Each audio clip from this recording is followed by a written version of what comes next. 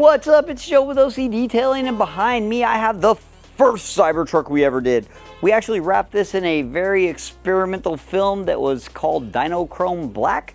That film needed to be removed, so we took it off, and Flexishield came in with capes on to save the day.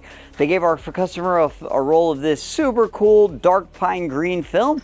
It's got this really neat metallic color. Looks black in most lighting, but when the sun hits it, you can see it's this really cool metallic green.